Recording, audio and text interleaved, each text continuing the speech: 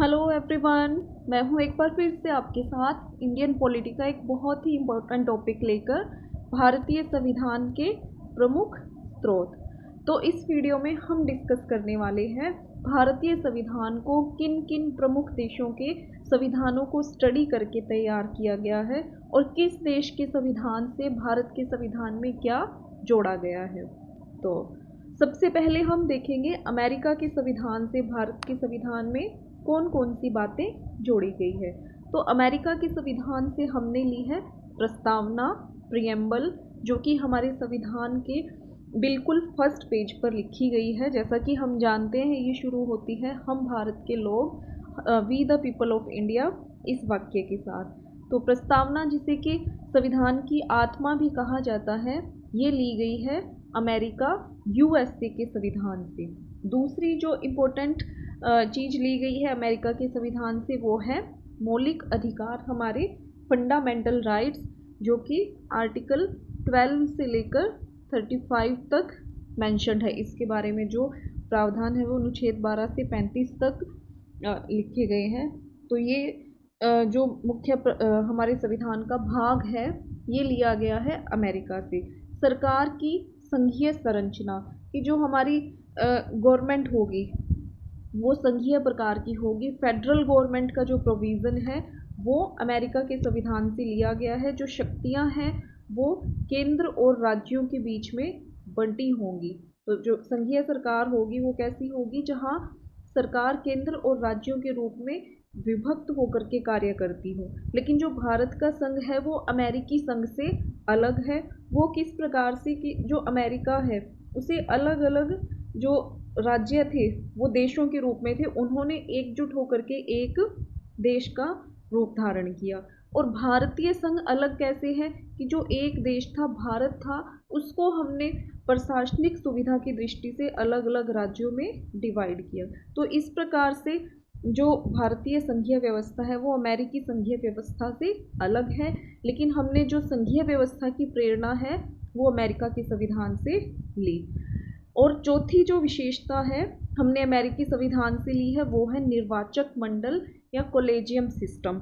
जो राष्ट्रपति का चुनाव करने के लिए निर्वाचक मंडल बनाया जाता है, उसकी प्रेरणा हमने ली है अमेरिका के संविधान से। तो भारत में राष्ट्रपति के चुनाव के निर्वाचक मंडल में कौन कौन शामिल होते हैं? संसद के सभी सदस्य, सभी सांसद जो निर्वाचित हों, और सभी जो विधानसभाएं हैं, लेजिस्लेटिव असेंबलीज हैं, उनके निर्वाचित सदस्य इसमें भाग लेंगे।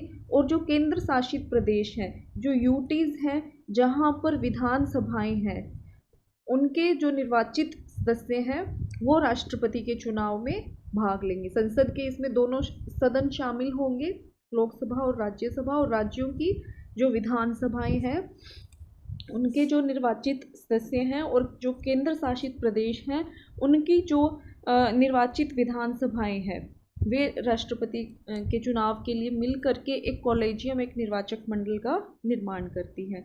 और हमने अमेरिका के संविधान से क्या लिया है? न्यायपालिका की स्वतंत्रता और सरकार की 3 शाखाओं के बीच शक्तियों का पृथक्करण।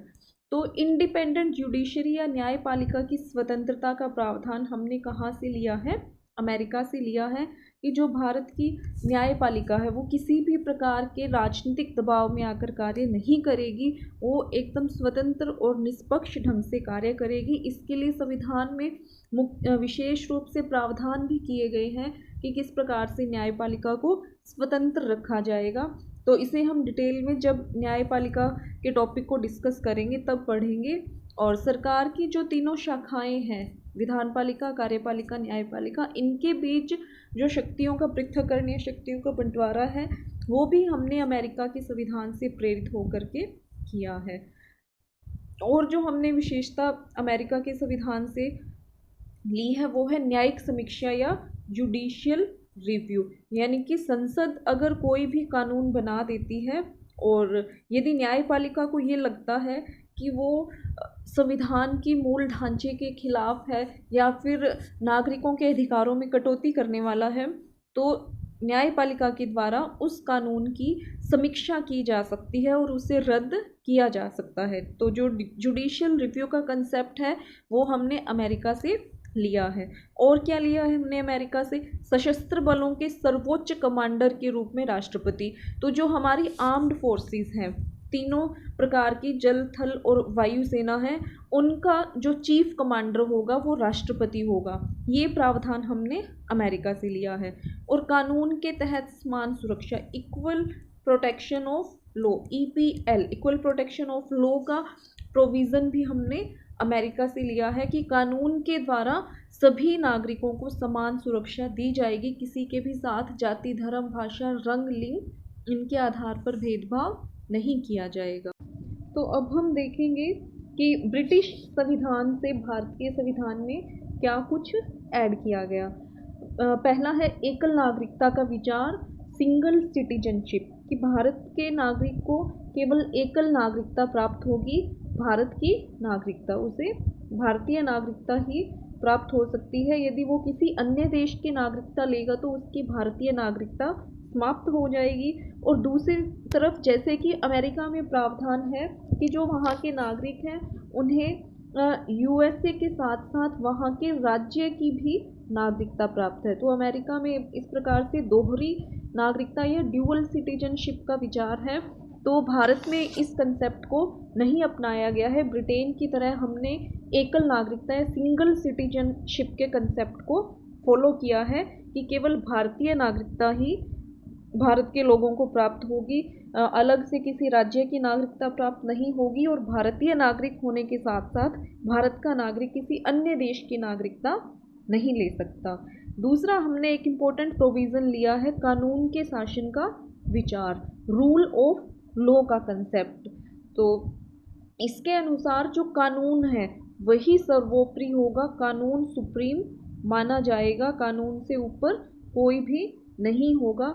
और कानून सब व्यक्तियों के साथ एक समान व्यवहार करेगा, जाति, धर्म, भाषा, रंग, लिंग इन आधारों पर कोई भी भेदभाव नहीं करेगा।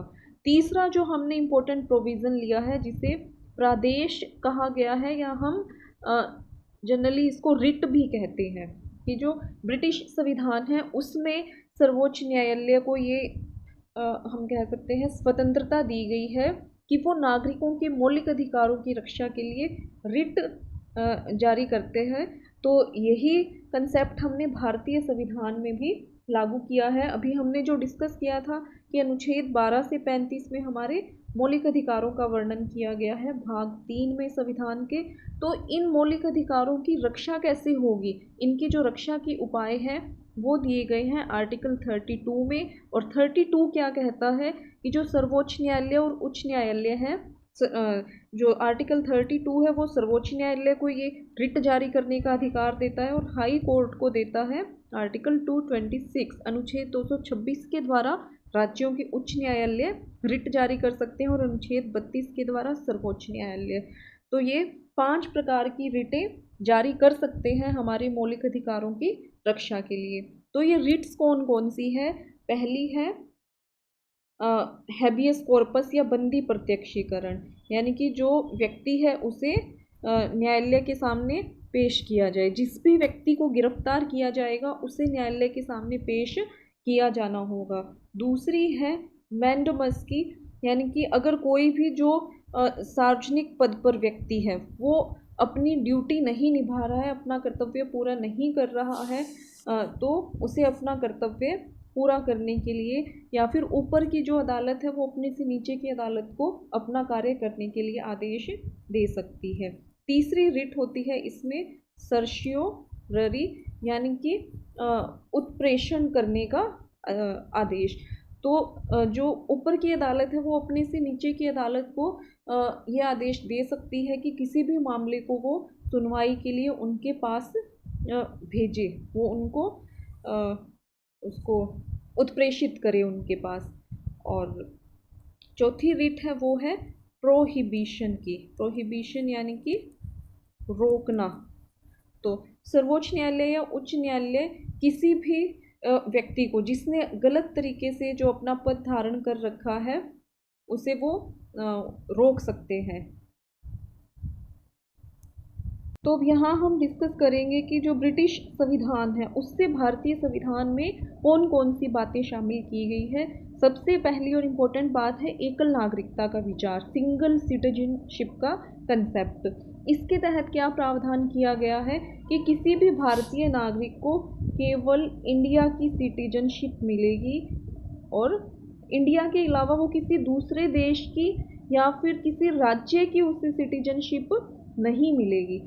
अमेरिका में जैसा कि हम देखते हैं कि उन्हें यूएसए के साथ साथ वहाँ के स्टेट की भी सिटीजनशिप मिलती है, तो वहाँ दोहरी नागरिकता का प्रावधान है। भारत में कोई ऐसा प्रावधान नहीं है। और कुछ देशों में हमें ऐसा भी देखने को मिलता है कि वो अपनी कंट्री की सिटीजनशिप के साथ साथ किसी दूसरी कंट्री की भी सिटीजनशिप रख सकते हैं। भारत में ऐसा प्रावधान नहीं है।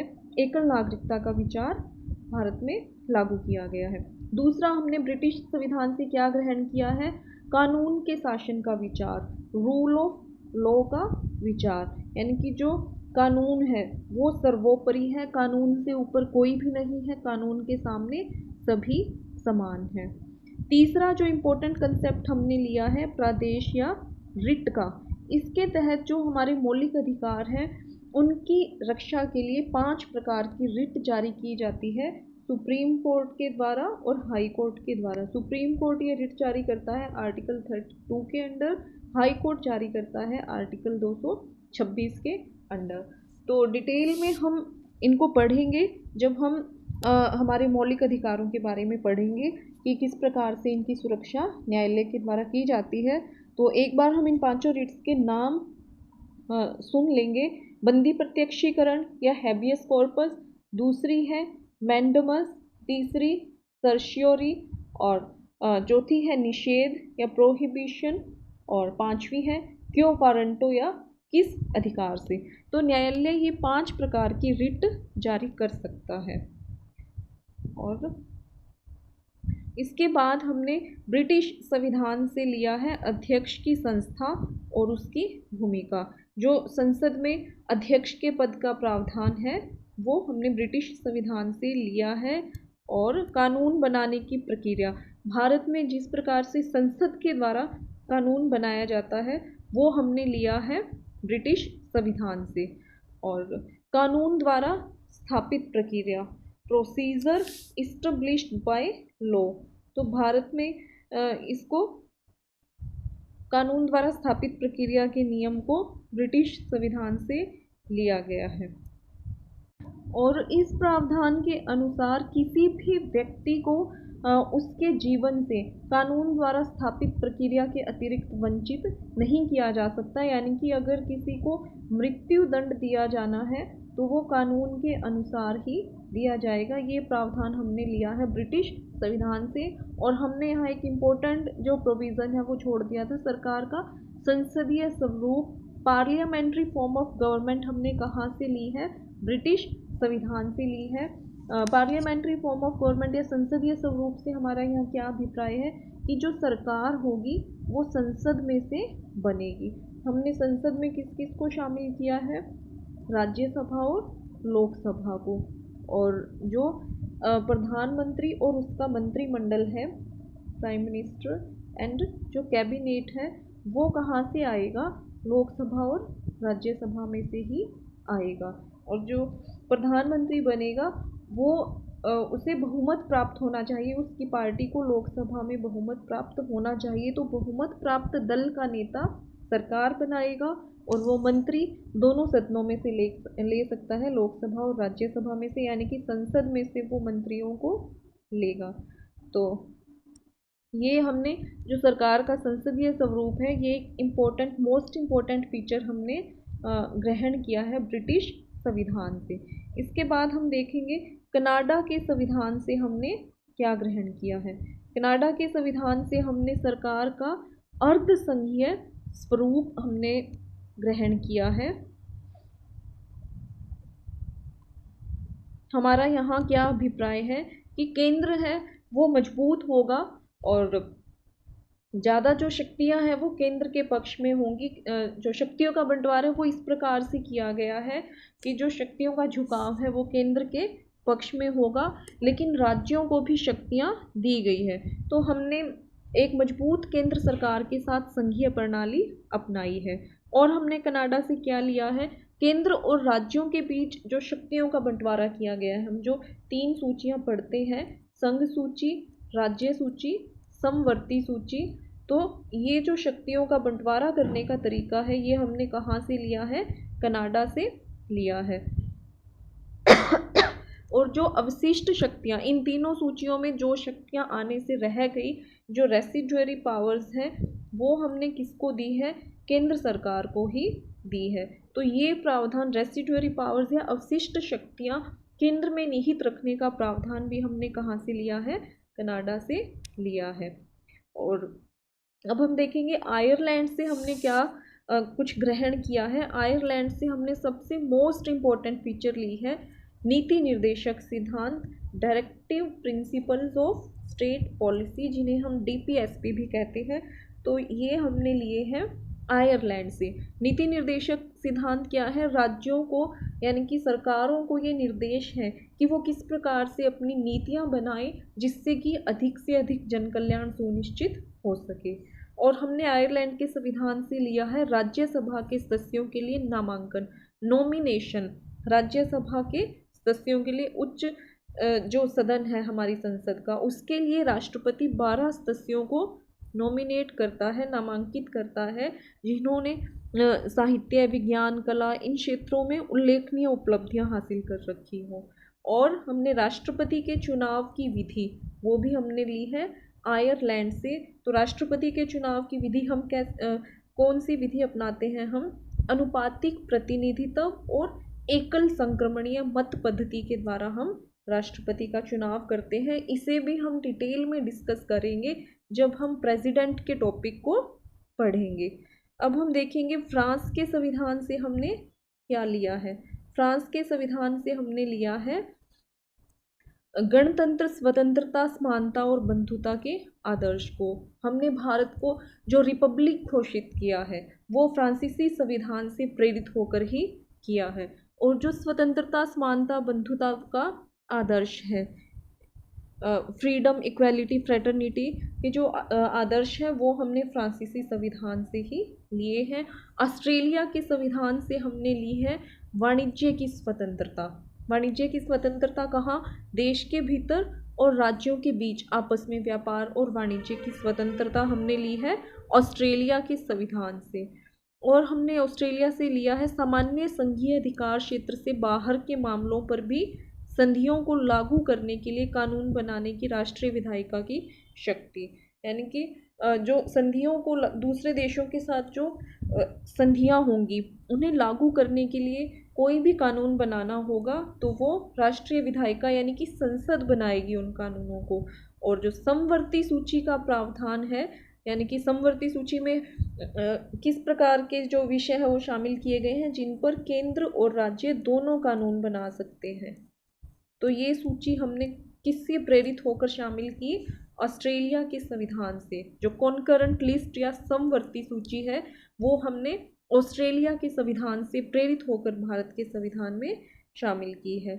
इसके बाद है सोवियत संघ का संविधान, USSR, जो कि 1991 के पहले USSR था, वर्तमान में जिसे हम रूस के नाम से जानते हैं। ये 15 देशों का एक संगठन था जो कि अब 1991 में विभाजित हो चुका है। तो सोवियत संघ के संविधान से हमने क्या लिए थे, हमारे मौलिक कर्तव्य, फंडामेंटल ड्यूटीज, अनुच्छेद 51A के तहत।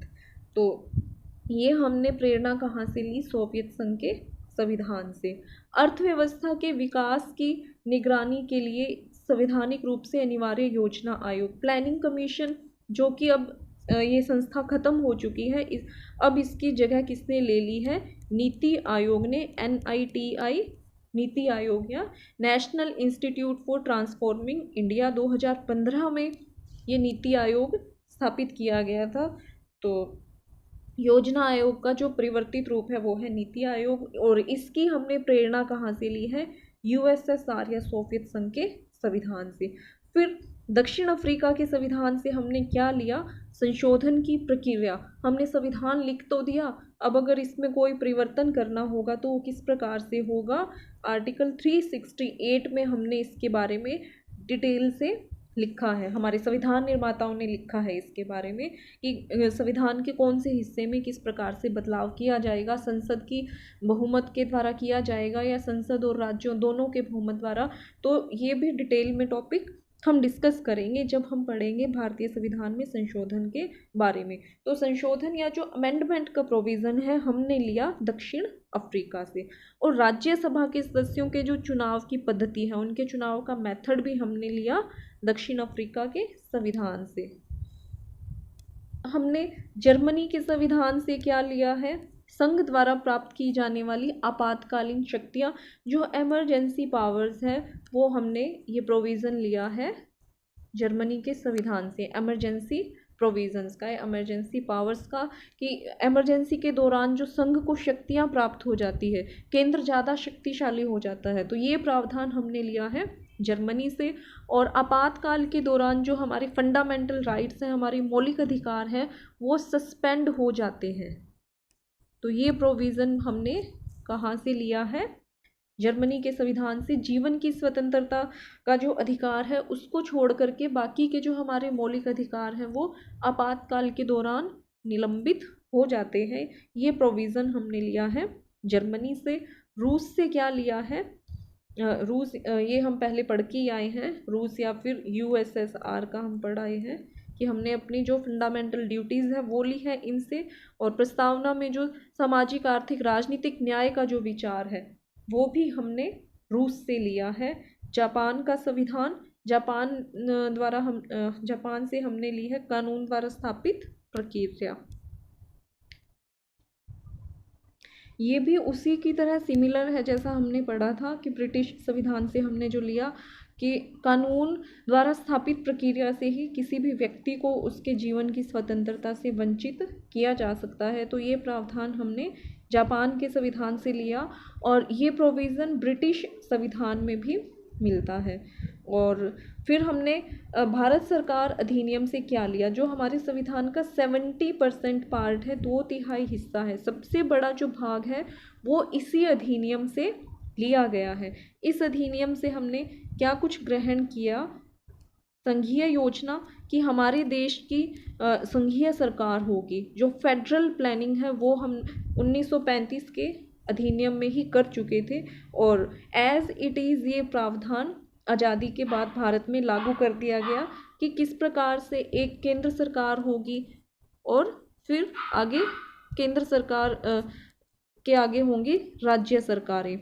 तो ये प्रावधान हमने 1935 के अधिनियम से लिया है। आपातकालीन प्रावधान, ये प्रावधान भी 1935 के अधिनियम में किए गए थे। तो 3 प्रकार के आपातकाल के हमारे संविधान में प्रावधान किया गया है, राष्ट्रीय आपातकाल, संवैधानिक आपातकाल और वित्तीय आपातकाल। तो ये भी अपने आप में एक बहुत डिटेल्ड टॉपिक है जिसे हम आगे आने वाली वीडियोस में डिस्कस करेंगे। और लोक सेवा आयोग, भारत में संघ लोक सेवा आयोग भी है जिसे हम UPSC कहते हैं, और राज्य लोक सेवा आयोग भी है जिसे हम स्टेट PSC या SPSC कहते हैं। तो इनके द्वारा सिविल सेवाओं की भर्ती की जाती है। तो ये लोक सेवा आयोग का प्रावधान भारत सरकार अधिनियम 1935 के द्वारा कर दिया गया था। राज्यपालिका कार्यालय, ऑफिस ऑफ गवर्नर, यानी कि हर जो राज्य है उसका एक गवर्नर होगा और वो उस राज्य सरकार का मुखिया होगा। जैसे कि केंद्र सरकार का जो मुखिया है, नाम मात्र मुखिया है, वो राष्ट्रपति होगा, ऐसे ही प्रत्येक राज्य का नाम मात्र का मुखिया राज्यपाल होगा। इस ऑफिस या इस पद का प्रावधान भारत शासन अधिनियम 1935 के द्वारा किया गया था। न्यायतंत्र, जो हमारे देश में न्यायपालिका की व्यवस्था है, सुप्रीम कोर्ट होगी, फिर हाई कोर्ट होगी, इसके बाद जिला स्तर पर डिस्ट्रिक्ट कोर्ट्स होंगी, इसका प्रोविज़न किससे लिया गया है, भारत सरकार अधिनियम 1935 से। और भारत शासन अधिनियम से हमने लिया है प्रशासनिक विवरण, एडमिनिस्ट्रेटिव डिस्क्रिप्शन या डिटेल हम कह सकते हैं, यानी कि किस प्रकार से जो कार्यपालिका है वो गठित होगी और कार्य करेगी। तो ये थे भारतीय संविधान के मुख्य स्रोत, जो कि हमने भारत सरकार अधिनियम इसे हम कह सकते हैं आंतरिक स्रोत, और जो दूसरे देशों से हमने भारतीय संविधान का भाग लिया है उसे हम बाहरी स्रोत कह सकते हैं। तो आज के लिए इस वीडियो में इतना ही। धन्यवाद।